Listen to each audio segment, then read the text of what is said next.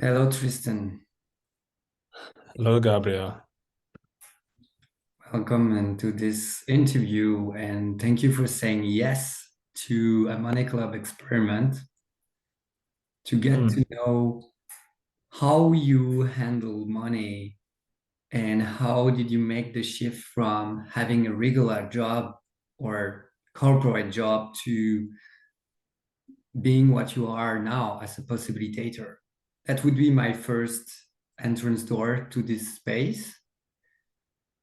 And yeah, also if you have some specific stepping stones with money in regard of your path. mm. Yeah. Okay. Well, I made it was quite a big part of my. I think it's one of the bridges to Archiarchy for a lot of people.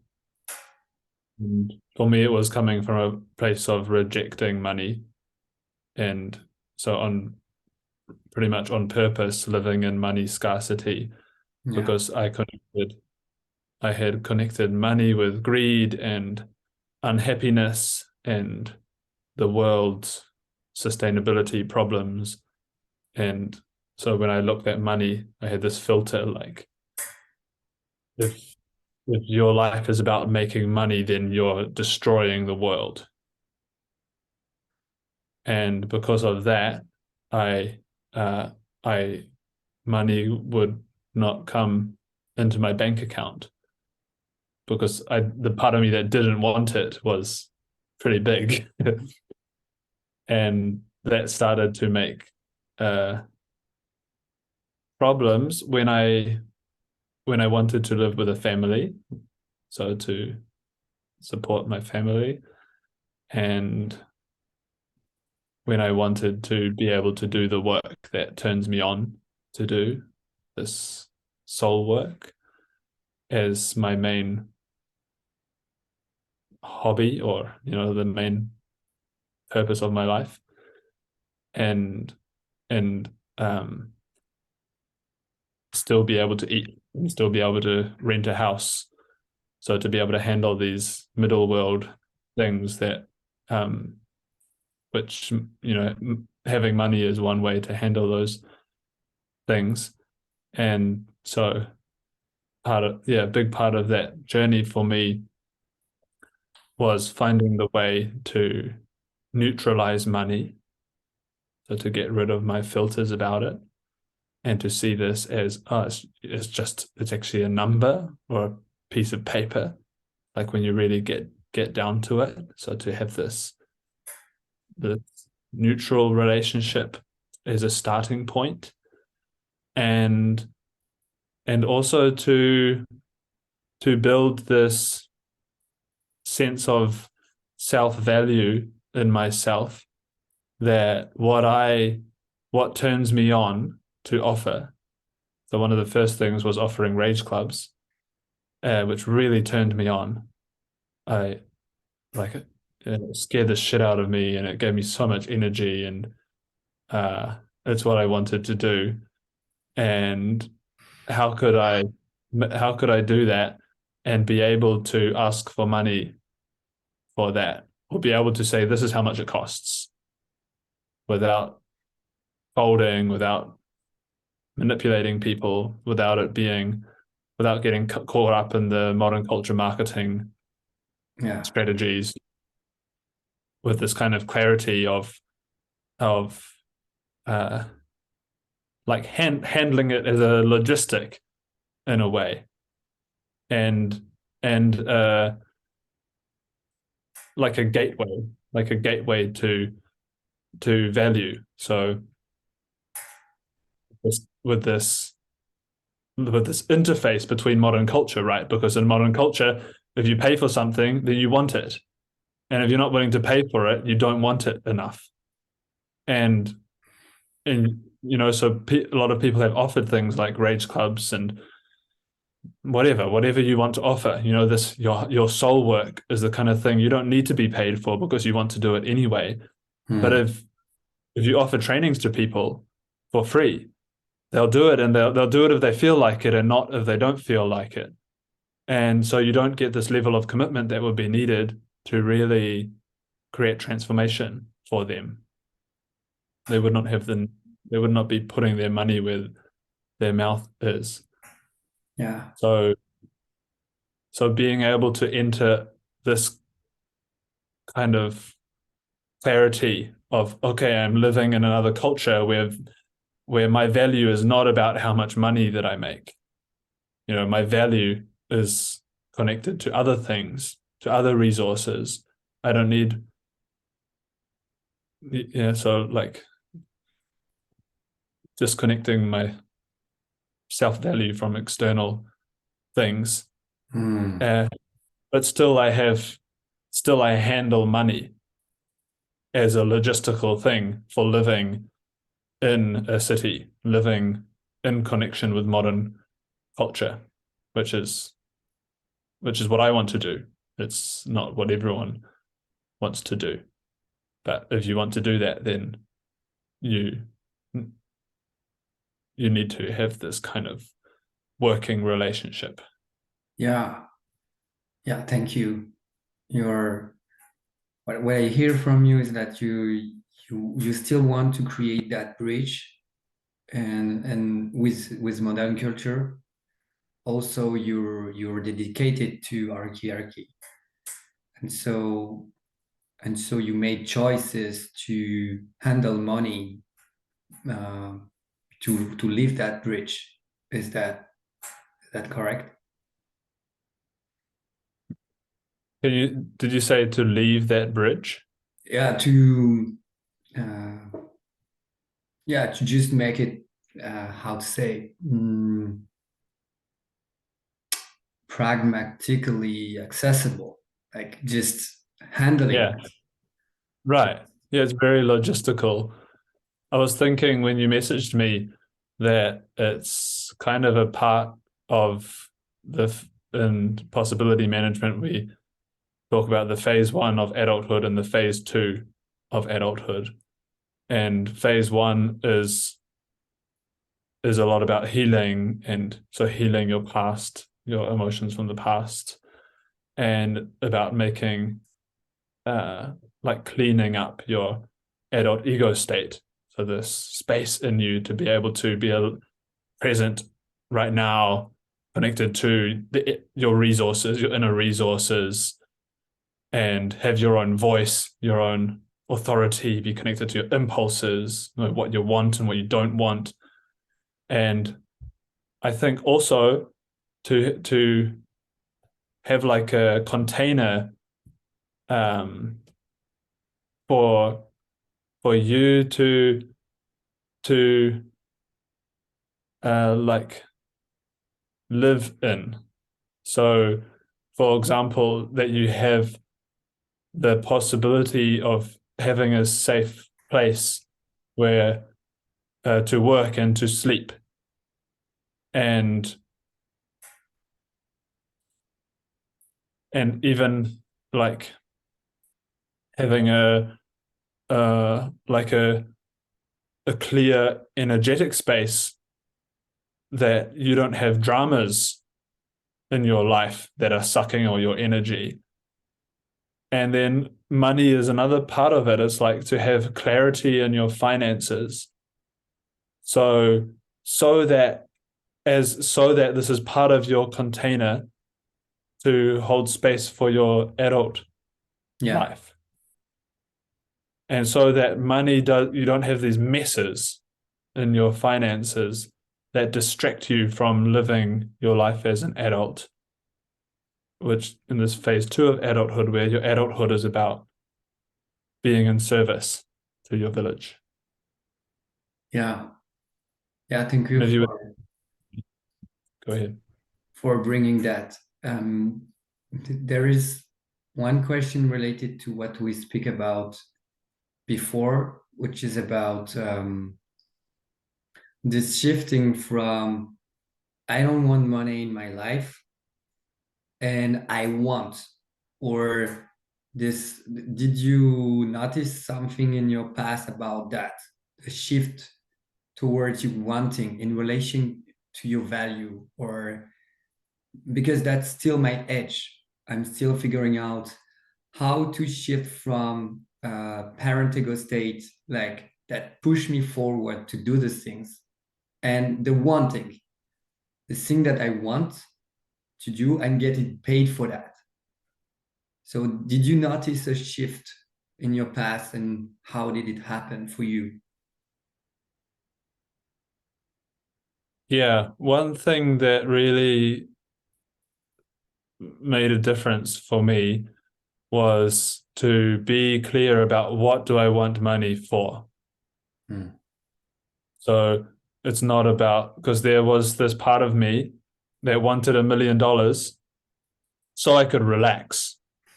Actually, it was not, but it was just for that. It's like if I had $1 million, finally I could relax. I could stop doing things I don't want to do, and I would stop feeling under pressure Yes, um I have this and part so too. Yeah. yeah. And probably that's true for a while, right? If you had $1 million, you'd be able to relax. Uh, but I never got $1 million, so I don't know what would happen. But what I found was useful is to be clear of what I want it for. Like, do I want this to go to trainings? Do I want this to be able to travel? Do I want this to be able to have a home or have a wedding or whatever it is? And and then it's like um and then it's not about the money anymore. It's the money is for something. So I need this for something, and that's what I'm committed to. And so this makes like a hmm, like a suction or something. Like then I need the money for that, and and there's this kind of uh clarity in you. And mm, I noticed for me there were like these waves. So I would have this fire to get this momentum. It's kind of like a momentum rolling, and in my work, and and then the money would come in. It would like match this momentum. And something would happen. I would get enough money where for my box would say, "Oh yeah, okay, that's enough money. I can relax now." And and I would let the momentum drop, and the money would start dropping, and then at some point it would get too low, and my box would freak out, and I have to start work. So this kind of thing would happen, and it was pretty stressful. And um, so it was like to take care of holding the momentum, also when my box says it's enough, and and it's a kind of a momentum energetically that feeds me anyway. So when I would go in these slumps of letting go of the momentum, it would be difficult to get the momentum going again. And I would not feel better. Like, it did not make me feel more relaxed or anything. It was more those were actually the stressful times more than the high momentum time. The high momentum time was stressful just because I had so much energy. So very, Yeah. that's how it was for me. It feels a little bit like an experiment between fear and rage, like the momentum connected to rage, as I understand, somehow, and the box freak out with fear or something like that.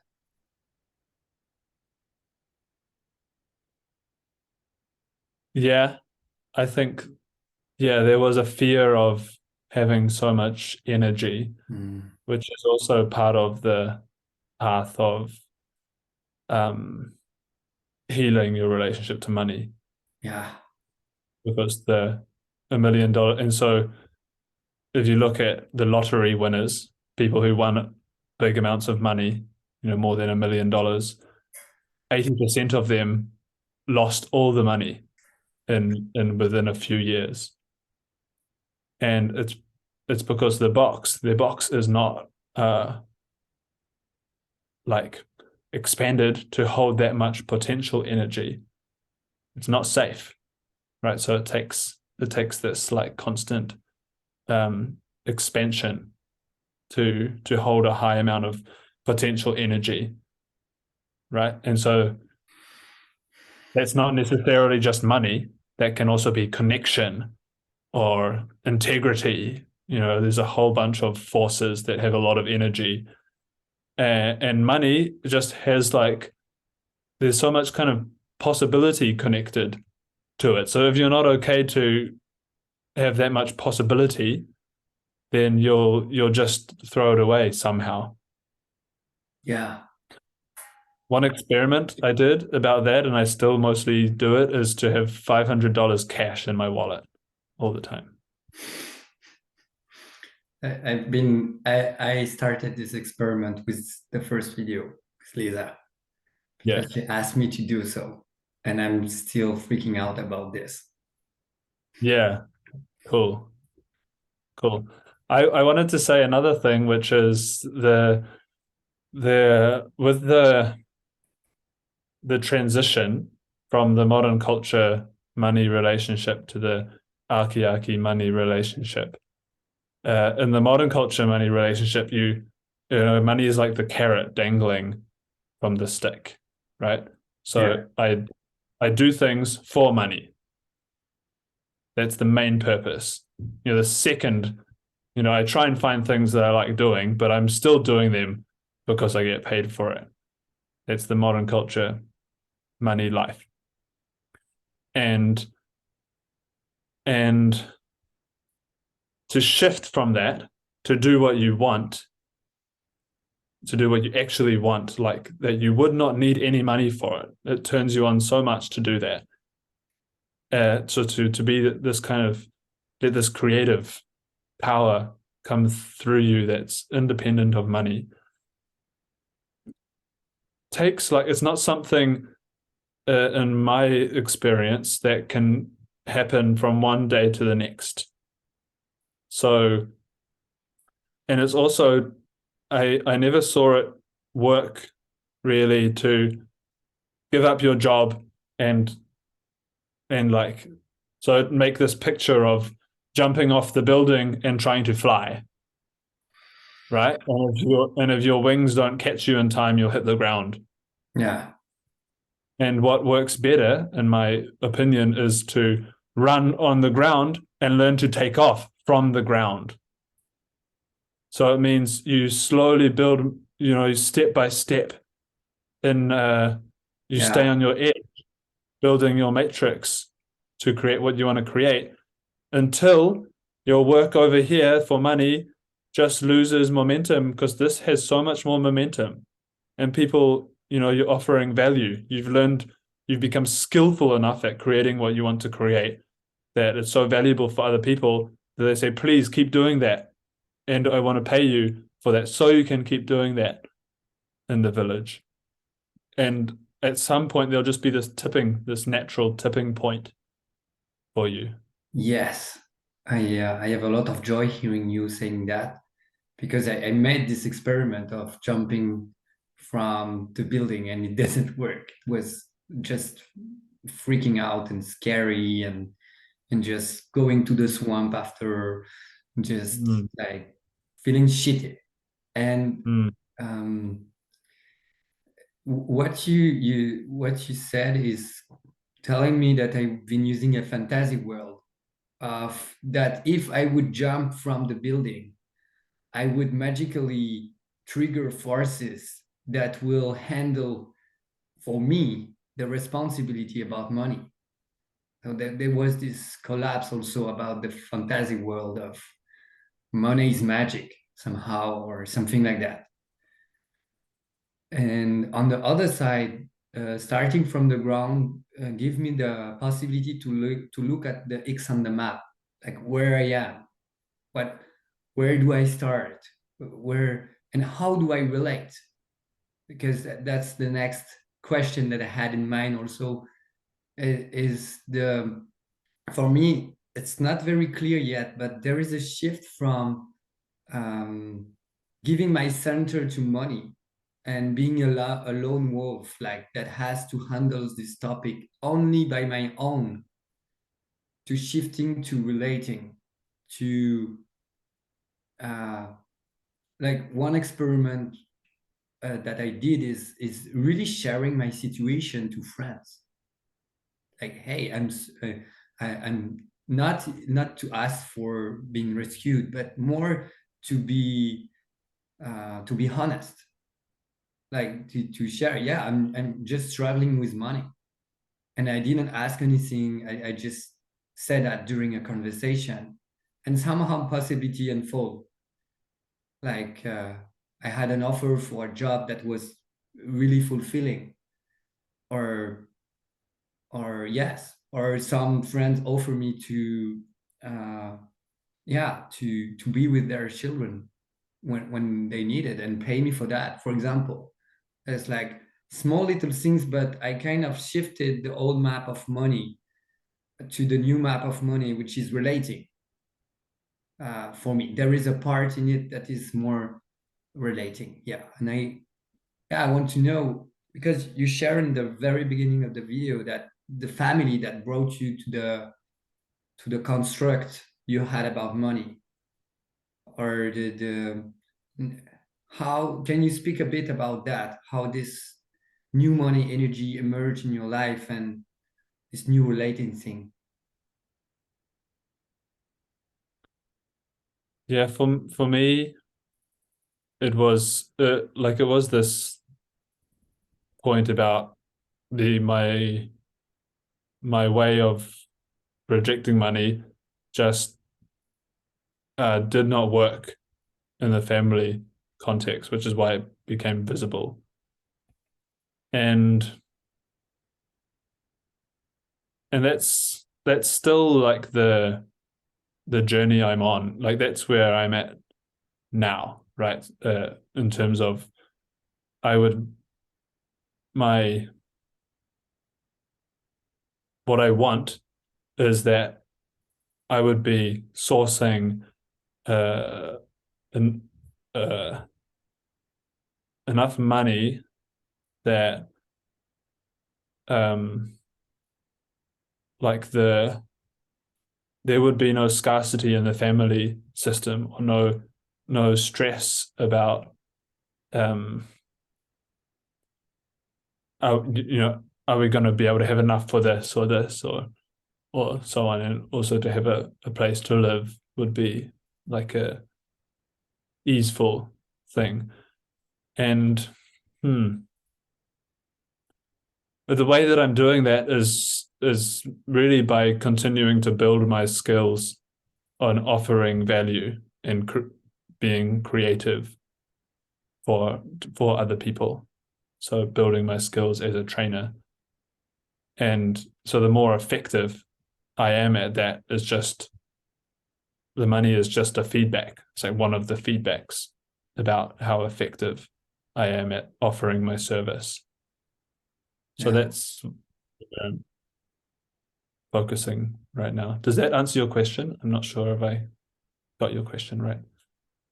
I'm kind of, I think you already answered in a way in the beginning and of this interview, and Mm, now you're shifting to another dimension, to, and I don't know what is it yet, but okay. but but also you're also unswearing about this scarcity thing, and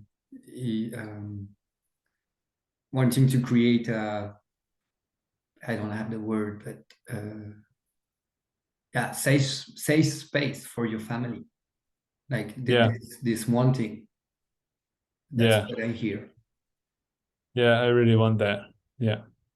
Yeah, Yeah. As a space holder. Mm. And as a man, somehow, like one of the things I found, or one of the things I chose as a man in my family is to be energetically bigger than the whole family system. and it's like to be energetically connected to the whole system.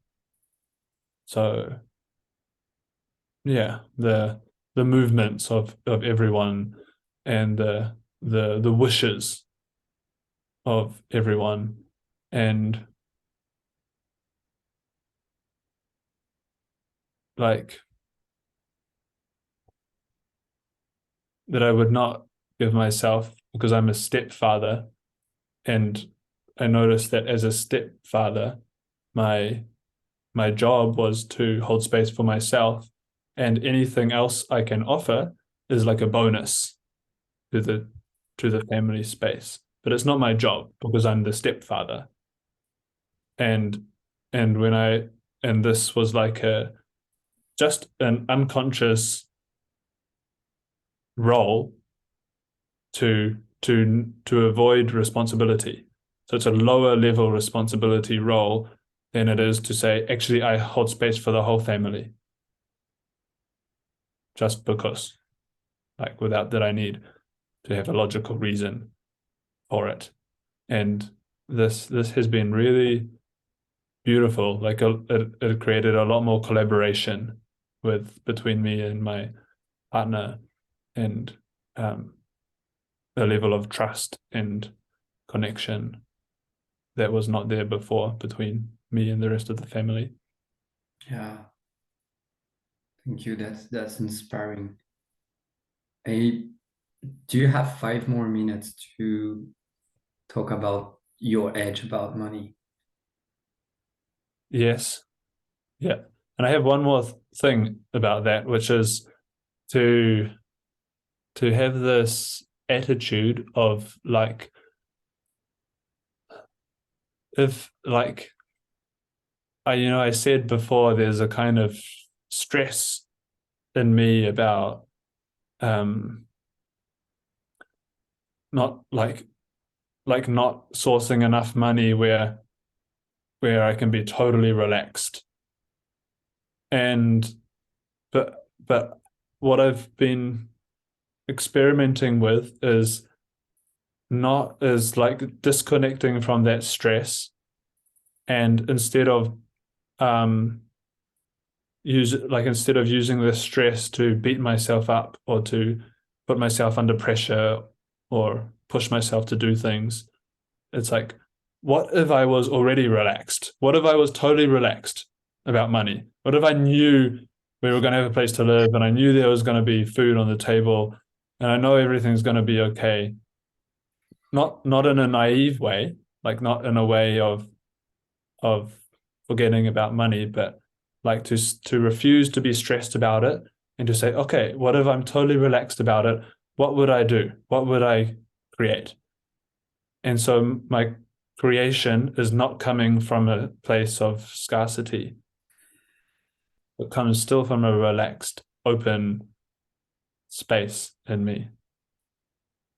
There's Yeah, a this is a hint, right? That the opposite of scarcity is creation. So it's not like I try and be abundant. It's like, okay, abundance is creation. If I create, I am abundance happens. So I don't want to be in scarcity. I create something. hmm, yeah. And there is this distinction about anger that comes to me when you share that this exercise of this practice of going in anger while being relaxed, and it kind of reminds me this inner distinction about this inner muscle of this inner strength of really wanting something or holding space for. I have also that in mind, comes to me when you share that. Yeah. I have many edges about money actually, but I want to hear what is yours before we end this interview. Okay. My edge.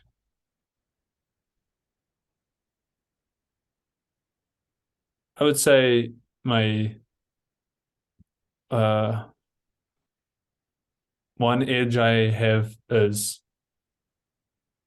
I'm just saying the first thing that comes uh is like this this shift between New Zealand dollars and other currencies, because so New Zealand has one of the highest um cost to income ratios in the world. Wow. You know that? Yeah, Okay. yeah. So to pay for rent and food in New Zealand takes up a lot of most people's income. And so for me to ask for, because I work with people from Europe and the United States as well, and there's a big difference. It's like heading towards double, right? Like um the purchase power of 500 euros and is maybe pretty similar to 500 New Zealand dollars. Wait, does that make sense? Yeah. Anyway, the currency, the currency conversion, right? So for me, it's there's something happening. It's like difficult to ask for certain amounts. So I notice compared to European trainers, it's more difficult for me to ask for or to to clear different amounts of money Hmm. that I offer. Okay. Thank you for sharing your edge and being there in this interview. And then if you have anything to add or you want to land in the space about money or related to. Mm, yeah. Yeah. No, that's yeah. Yeah, that's it. I definitely have I have more to explore, and but I won't go there now. Okay. Thank you. Thank you for being there in this research. Mm. Yeah, thank you.